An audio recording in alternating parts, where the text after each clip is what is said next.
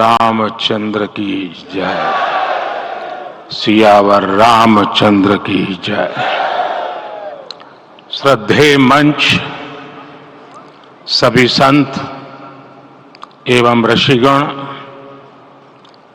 यहां उपस्थित और विश्व के कोने कोने में हम सबसे साथ जुड़े हुए सभी राम भक्त, आप सबको प्रणाम, आप सबको राम राम।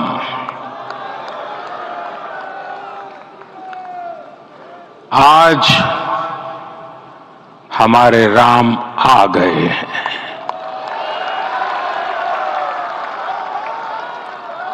सदियों की प्रतीक्षा के बाद हमारे राम आ गए हैं।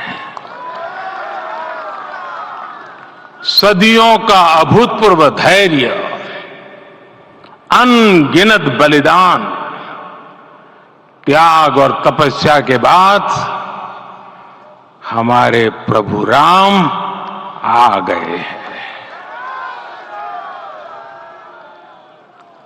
इस शुभ घड़ी की आप सभी को, समस्त देशवासियों को बहुत बहुत बधाई। मैं अभी गर्भगृह में ईश्वरीय चेतना का साक्षी बनकर आपके सामने उपस्थित हुआ हूं। कितना कुछ कहने को है, लेकिन कंठ अवरुद्ध है। मेरा शरीर अभी भी स्पंदित है, चित्त अभी भी उस पल में लीन है।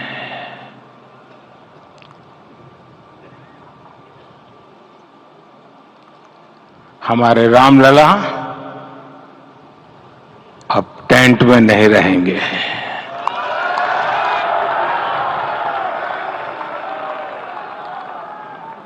हमारे रामलला अभी दिव्य मंदिर में रहेंगे। मेरा पक्का विश्वास है, अपार श्रद्धा है कि जो घटित हुआ है, इसकी अनुभूति देश के, विश्व के कोने कोने में राम भक्तों को हो रही होगी। ये क्षण अलौकिक है, ये पल पवित्रतम है। ये माहौल, ये वातावरण, ये ऊर्जा, ये घड़ी प्रभु श्री राम का हम सब पर आशीर्वाद है। 22 जनवरी 2024 का ये सूरज एक अद्भुत आभा लेकर आया है।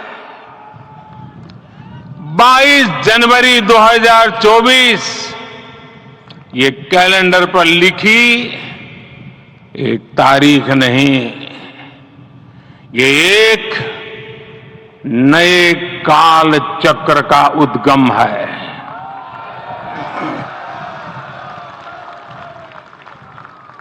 राम मंदिर के भूमि पूजन के बाद से प्रतिदिन पूरे देश में उमंग और उत्साह बढ़ता ही जा रहा था। निर्माण कार्य देख देशवासियों में हर दिन एक नया विश्वास पैदा हो रहा था। आज हमें सदियों के उस धैर्य की धरोहर मिली है। आज हमें श्री राम का मंदिर मिला है। गुलामी की मानसिकता को तोड़कर उठ खड़ा हो राष्ट्र, अतीत के हर दंश से हौसला लेता हुआ राष्ट्र ऐसे ही नव इतिहास का सृजन करता है। आज से 1000 साल बाद भी लोग आज की इस तारीख की, आज के इस पल की चर्चा करेंगे। और ये कितनी बड़ी राम कृपा है कि हम सब इस पल को जी रहे हैं, इसे साक्षात घटित होते देख रहे हैं। आज दिन, दिशाएं, दिगंत सब दिव्यता से परिपूर्ण है। ये समय सामान्य समय नहीं है। ये काल के चक्र पर सर्वकालिक शाही से अंकित हो रही अमिट स्मृति रेखाएं हैं। साथियों, हम सब जानते हैं कि जहां राम का काम होता है, वहां पवन पुत्र हनुमान अवश्य विराजमान होते हैं। इसलिए मैं राम भक्त हनुमान और हनुमान गढ़ी को भी प्रणाम करता हूं। मैं माता जानकी, लक्ष्मण जी, भरत, शत्रुघ्न सबको नमन करता हूं। मैं पावन अयोध्यापुरी और पावन सरयू को भी प्रणाम करता हूं।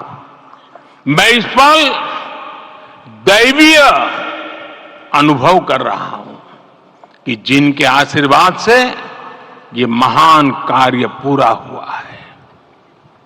वे दिव्य आत्माएं, वे दैवीय विभूतियां भी इस समय हमारे आसपास उपस्थित है। मैं इनसे भी दिव्य चेतनाओं को भी कृतज्ञता पूर्वक नमन करता हूं। मैं आज प्रभु श्री राम से क्षमा याचना भी करता हूं। हमारे पुरुषार्थ, हमारे त्याग, तपस्या में कुछ तो कमी रह गई होगी कि हम इतनी सदियों तक ये कार्य कर नहीं पाए। आज वो कमी पूरी हुई है।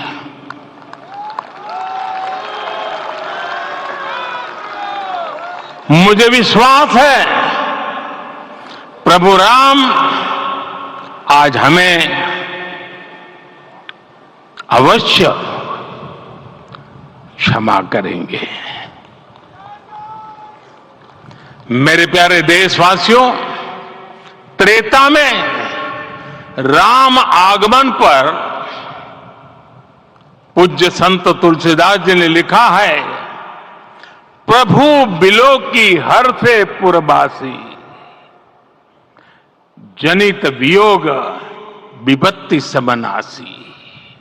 अर्थात प्रभु का आगमन देकर ही सब अयोध्यावासी, समग्र देशवासी हर्ष से भर गए। लंबे वियोग से जो आपत्ति आई थी, उसका अंत हो गया। उस कालखंड में तो वो वियोग केवल 14 वर्षों का था, तब भी इतना असह्य था।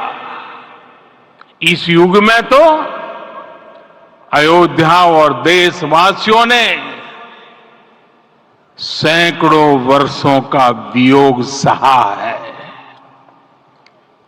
हमारी कई कई पीढ़ियों ने वियोग सहा है। भारत के तो संविधान में उसकी पहली प्रति में भगवान राम विराजमान है। संविधान के अस्तित्व में आने के बाद भी दशकों तक प्रभु श्री राम के अस्तित्व को लेकर कानूनी लड़ाई चली। मैं आभार व्यक्त करूंगा भारत की न्यायपालिका का, जिसने न्याय की लाज रख ली।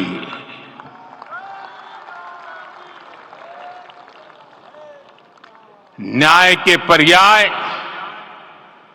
प्रभु राम का मंदिर भी न्यायबद्ध तरीके से ही बना। साथियों, आज गांव-गांव में एक साथ कीर्तन संकीर्तन हो रहे हैं। आज मंदिरों में उत्सव हो रहे हैं, स्वच्छता अभियान चलाए जा रहे हैं। पूरा देश आज दीपावली मना रहा है। आज शाम घर घर राम ज्योति प्रज्वलित करने की तैयारी है। कल मैं श्री राम के आशीर्वाद से धनुषकोडी में राम सेतु के आरंभ बिंदु अरिचल मुनाई पर था। जिस घड़ी प्रभु राम समुद्र पार करने निकले थे, वो एक पल था जिसने काल चक्र को बदला था। उस भावमय पल को महसूस करने का मेरा ये विनम्र प्रयास था। वहां पर मैंने पुष्प वंदना की। वहां मेरे भीतर एक विश्वास जगा कि जैसे उस समय काल चक्र बदला था, उसी तरह अब काल चक्र फिर बदलेगा और शुभ दिशा में बढ़ेगा। अपने 11 दिन के व्रत अनुष्ठान के दौरान मैंने उन स्थानों का चरण स्पर्श करने का प्रयास किया जहां प्रभु राम के चरण पड़े थे।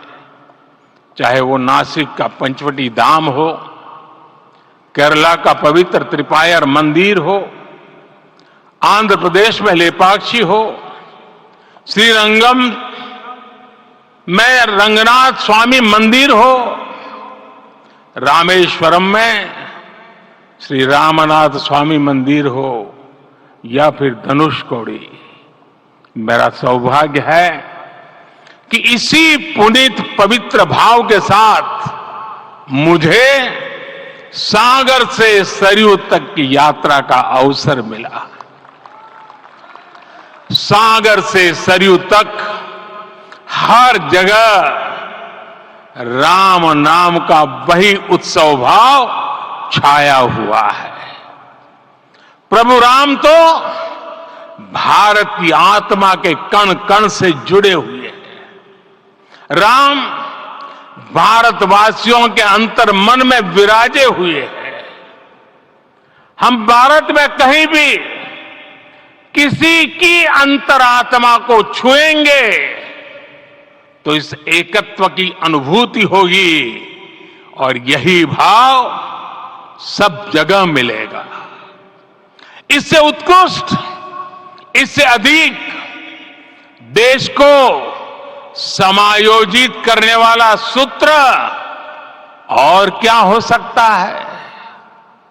मेरे प्यारे देशवासियों, मुझे देश के कोने कोने में अलग अलग भाषाओं में रामायण सुनने का अवसर मिला है, लेकिन विशेषकर पिछले 11 दिनों में रामायण अलग अलग भाषा में अलग राज्यों से मुझे विशेष रूप से सुनने का मौका मिला। राम को परिभाषित करते हुए ऋषियों ने कहा है, रमन्ते यस्मिन् इति रामः, अर्थात जिसमें रम जाए वही राम है। राम लोक की स्मृतियों में, पर्वत से लेकर परंपराओं में सर्वत्र समाये हुए हैं। हर युग में लोगों ने राम को जिया है। हर युग में लोगों ने अपने अपने शब्दों में अपनी अपनी तरह से राम को अभिव्यक्त किया है। और ये राम रस जीवन प्रवाह की तरह निरंतर बहता रहता है। प्राचीन काल से भारत के हर कोने के लोग राम रस का आचमन करते रहे हैं। राम कथा असीम है और रामायण भी अनंत है। राम के आदर्श, राम के मूल्य, राम की शिक्षाएं सब जगह एक समान है। प्रिय देशवासियों, आज इस ऐतिहासिक समय में देश उन व्यक्तित्वों को भी याद कर रहा है जिनके कार्य और समर्पण की वजह से आज हम ये शुभ दिन देख रहे हैं। राम के इस काम में कितने ही लोगों ने त्याग और तपस्या की पराकाष्ठा करके दिखाई है। उन अनगिनत राम भक्तों के, उन अनगिनत कार सेवकों के और उन अनगिनत संत महात्माओं के हम सब ऋणी हैं। साथियों, आज का ये अवसर उत्सवता का क्षण तो है ही, लेकिन इसके साथ ही यह क्षण भारतीय समाज की परिपक्वता के बोध का भी क्षण है। हमारे लिए ये अवसर सिर्फ विजय का नहीं, विनय का भी है। दुनिया का इतिहास साक्षी है कि कई राष्ट्र अपने ही इतिहास में उलझ जाते हैं। ऐसे देशों ने जब भी अपने इतिहास की उलझी हुई गांठों को खोलने का प्रयास किया, उन्हें सफलता पाने में बहुत कठिनाई आई, बल्कि कई बार तो पहले से ज्यादा मुश्किल परिस्थितियां बन गई। लेकिन हमारे देश ने इतिहास की इस गांठ को जिस गंभीरता और भावुकता के साथ खोला है, वो ये बताती है कि हमारा भविष्य हमारे अतीत से बहुत सुंदर होने जा रहा है।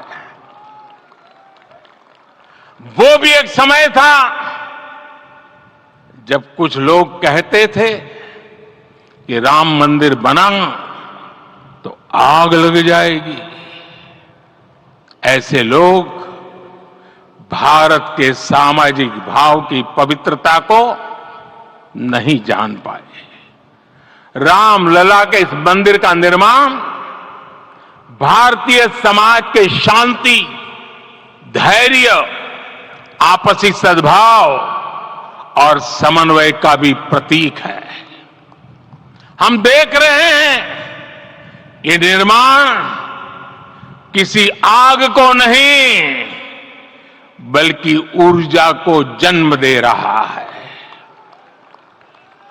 राम मंदिर समाज के हर वर्ग को एक उज्जवल भविष्य के पथ पर बढ़ने की प्रेरणा लेकर आया है। मैं आज उन लोगों से आह्वान करूंगा, आइए आप महसूस कीजिए, अपनी सोच पर पुनर्विचार कीजिए। राम आग नहीं है, राम ऊर्जा है। राम विवाद नहीं, राम समाधान है। राम सिर्फ हमारे नहीं है, राम तो सबके हैं। राम वर्तमान नहीं, सिर्फ वर्तमान ही नहीं, राम अनंत काल है। साथियों, आज जिस तरह राम मंदिर प्राण प्रतिष्ठा के इस आयोजन से पूरा विश्व जुड़ा हुआ है, उसमें राम की सर्वव्यापकता के दर्शन हो रहे हैं। जैसा उत्सव भारत में है, वैसा ही अनेक देशों में है। आज अयोध्या का यह उत्सव रामायण की उन वैश्विक परंपराओं का भी उत्सव बना है। रामलला की यह प्रतिष्ठा वसुधैव कुटुंबकम के विचार की भी प्रतिष्ठा है। साथियों, आज अयोध्या में केवल श्री राम के विग्रह रूप की प्राण प्रतिष्ठा नहीं हुई है, ये श्री राम के रूप में साक्षात भारतीय संस्कृति के प्रति अटूट विश्वास की भी प्राण प्रतिष्ठा है। ये साक्षात मानवीय मूल्यों और सर्वोच्च आदर्शों की भी प्राण प्रतिष्ठा है। इन मूल्यों की, इन आदर्शों की आवश्यकता आज संपूर्ण विश्व को है। सर्वे भवन्तु सुखिनः, ये संकल्प हम सदियों से दोहराते आए हैं। आज उसी संकल्प को राम मंदिर के रूप में साक्षात आकार मिला है। ये मंदिर मात्र एक देव मंदिर नहीं है, ये भारत की दृष्टि का, भारत के दर्शन का, भारत के दिग्दर्शन का मंदिर है। ये राम के रूप में राष्ट्र चेतना का मंदिर है। राम भारत की आस्था है, राम भारत का आधार है, राम भारत का विचार है, राम भारत का विधान है, राम भारत की चेतना है, राम भारत का चिंतन है, राम भारत की प्रतिष्ठा है, राम भारत का प्रताप है, राम प्रवाह है, राम प्रभाव है, राम नेति भी है, राम नीति भी है, राम नित्यता भी है, राम निरंतरता भी है, राम विभु है, विशद है, राम व्यापक है, विश्व है, विश्वात्मा है। और इसलिए जब राम की प्रतिष्ठा होती है तो उसका प्रभाव वर्षों या शताब्दियों तक ही नहीं होता, उसका प्रभाव हजारों वर्षों के लिए होता है। महर्षि वाल्मीकि ने कहा है, राज्यम 10 सहस्त्राणि प्राप्य वर्षाणि राघवः, अर्थात राम 10,000 वर्षों के लिए राज्य पर प्रतिष्ठित हुए, यानी हजारों वर्षों के लिए राम राज्य स्थापित हुआ। जब त्रेता में राम आए थे तब हजारों वर्षों के लिए राम राज्य की स्थापना हुई थी। हजारों वर्षों तक राम विश्व पथ प्रदर्शन करते रहे थे। और इसलिए मेरे प्यारे देशवासियों, आज अयोध्या भूमि हम सभी से, प्रत्येक राम भक्त से, प्रत्येक भारतीय से कुछ सवाल कर रही है। श्री राम का भव्य मंदिर तो बन गया, अब आगे क्या? सदियों का इंतजार तो खत्म हो गया, अब आगे क्या? आज के इस अवसर पर जो दैवीय आत्माएं हमें आशीर्वाद देने के लिए उपस्थित हुई हैं, हमें देख रही हैं, उन्हें क्या हम ऐसे ही विदा करेंगे? नहीं, कदापि नहीं। आज मैं पूरे पवित्र मन से महसूस कर रहा हूं कि काल चक्र बदल रहा है। ये सुखद संयोग है कि हमारी पीढ़ी को एक कालजयी पथ के शिल्पकार के रूप में चुना गया है। 1000 वर्ष बाद की पीढ़ी राष्ट्र निर्माण के हमारे आज के कार्यों को याद करेगी। इसलिए मैं कहता हूं यही समय है, सही समय है। हमें आज से इस पवित्र समय से अगले 1000 साल के भारत की नींव रखनी है।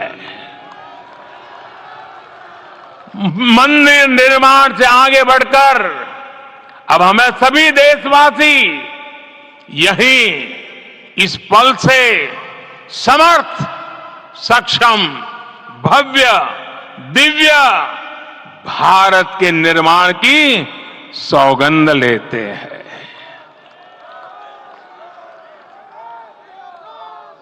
राम के विचार मानस के साथ ही जनमानस में भी हो, यही राष्ट्र निर्माण की सीढ़ी है। साथियों, आज के युग की मांग है कि हमें अपने अंतःकरण को विस्तार देना होगा। हमारी चेतना का विस्तार देव से देश तक, राम से राष्ट्र तक होना चाहिए।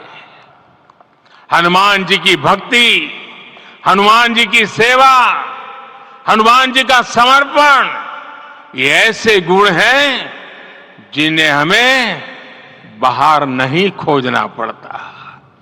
प्रत्येक भारतीय में भक्ति, सेवा और समर्पण के भाव समर्थ, सक्षम, भव्य, दिव्य भारत का आधार बनेंगे। और यही तो है देव से देश और राम से राष्ट्र की चेतना का विस्तार। दूर सुदूर जंगल में, कुटिया में जीवन गुजारने वाली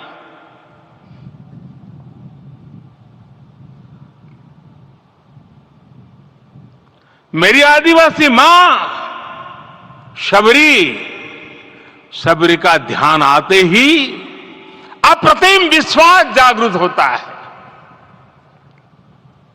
मां शबरी तो कब से कहती थी राम आएंगे।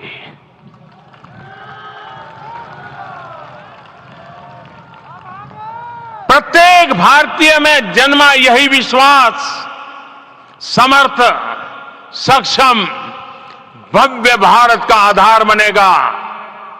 और यही तो है देव से देश और राम से राष्ट्र की चेतना का विस्तार।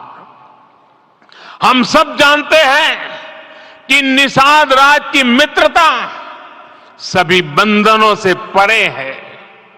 निषाद राज का राम के प्रति सम्मोहन, प्रभु राम का निषाद राज के लिए अपनापन कितना मौलिक है। सब अपने हैं, सभी समान है। प्रत्येक भारतीय में अपनत्व की, बंधुत्व की ये भावना समर्थ, सक्षम, भव्य, दिव्य भारत का आधार बनेगी।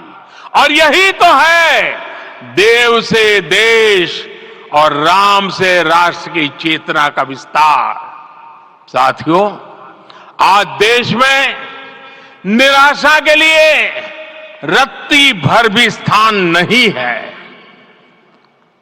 मैं तो बहुत सामान्य हूं, मैं तो बहुत छोटा हूं। अगर कोई ये सोचता है तो उसे गिलहरी के योगदान को याद करना चाहिए। गिलहरी का स्मरण ही हमें हमारी इस हिचक को दूर करेगा, हमें सिखाएगा कि छोटे बड़े हर प्रयास की अपनी ताकत होती है अपना योगदान होता है और सबके प्रयास की यही भावना समर्थ, सक्षम, भव्य, दिव्य भारत का आधार बनेगी। और यही तो देव से देश और राम से राष्ट्र की चेतना का विस्तार। साथियों, लंकापति रावण प्रकांड ज्ञानी थे, अपार शक्ति के ध्यानी थे, लेकिन जटायु जी की मूल्य निष्ठा देखिए। वे महाबली रावण से भिड़ गए।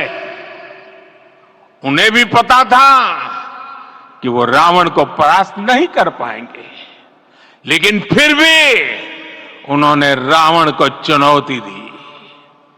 कर्तव्य की यही पराकाष्ठा समर्थ, सक्षम, भव्य, दिव्य भारत का आधार है। और यही तो है देव से देश और राम से राष्ट्र की चेतना का विस्तार।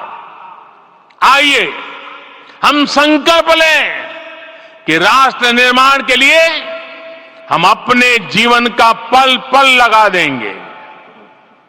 राम काज से राष्ट्र काज, समय का पल पल, शरीर का कण कण राम समर्पण को राष्ट्र समर्पण के ध्येय से जोड़ देंगे। मेरे देशवासियों, प्रभु श्री राम की हमारी पूजा विशेष होनी चाहिए। ये पूजा स्व से ऊपर उठ करके समष्टि के लिए होनी चाहिए। ये पूजा अहम से उठकर वयम के लिए होनी चाहिए। प्रभु को जो भोग चढ़ेगा वो विकसित भारत के लिए हमारे परिश्रम की पराकाष्ठा का प्रसाद भी होगा। हमें नित्य पराक्रम, पुरुषार्थ, समर्पण का प्रसाद प्रभु राम को चढ़ाना होगा। इनसे नित्य प्रभु राम की पूजा करनी होगी, तब हम भारत को वैभवशाली और विकसित बना पाएंगे। मेरे प्यारे देशवासियों, ये भारत के विकास का अमृत काल है। आज भारत युवा शक्ति की पूंजी से भरा हुआ है, ऊर्जा से भरा हुआ है। ऐसी सकारात्मक परिस्थितियां फिर न जाने कितने समय बाद बनेगी। हमें अब चूकना नहीं है, हमें अब बैठना नहीं है। मैं अपने देश के युवाओं से कहूंगा, आपके सामने हजारों वर्ष की परंपरा की प्रेरणा है। आप भारत की उस पीढ़ी का प्रतिनिधित्व करते हैं जो चांद पर तिरंगा लहरा रही है। वो 15 लाख किलोमीटर की यात्रा करके सूर्य के पास जाकर मिशन आदित्य को सफल बना रही है। जो आसमान में तेजस और सागर में विक्रांत का परचम लहरा रही है। अपनी विरासत पर गर्व करते हुए आपको भारत का नव प्रभात लिखना है। परंपरा की पवित्रता और आधुनिकता की अनंतता, दोनों ही पथ पर चलते हुए भारत समृद्धि के लक्ष्य तक पहुंचेगा। मेरे साथियों, आने वाला समय अब सफलता का है। आने वाला समय अब सिद्धि का है। ये भव्य राम मंदिर साक्षी बनेगा भारत के उत्कर्ष का, भारत के उदय का। ये भव्य राम मंदिर साक्षी बनेगा भव्य भारत के अभ्युदय का, विकसित भारत का। ये मंदिर सिखाता है कि अगर लक्ष्य सत्य प्रमाणित हो, अगर लक्ष्य सामूहिकता और संगठित शक्ति से जन्मा हो, तब उस लक्ष्य को प्राप्त करना असंभव नहीं है। ये भारत का समय है और भारत अब आगे बढ़ने वाला है। शताब्दियों की प्रतीक्षा के बाद हम यहां पहुंचे हैं। हम सब ने इस युग का, इस कालखंड का इंतजार किया है। अब हम रुकेंगे नहीं, हम विकास की ऊंचाई पर जाकर ही रहेंगे। इसी भाव के साथ रामलला के चरणों में प्रणाम करते हुए आप सभी को बहुत बहुत शुभकामनाएं। सभी संतों के चरणों में मेरे प्रणाम। सियावर रामचंद्र की, सियावर रामचंद्र की, सियावर रामचंद्र की।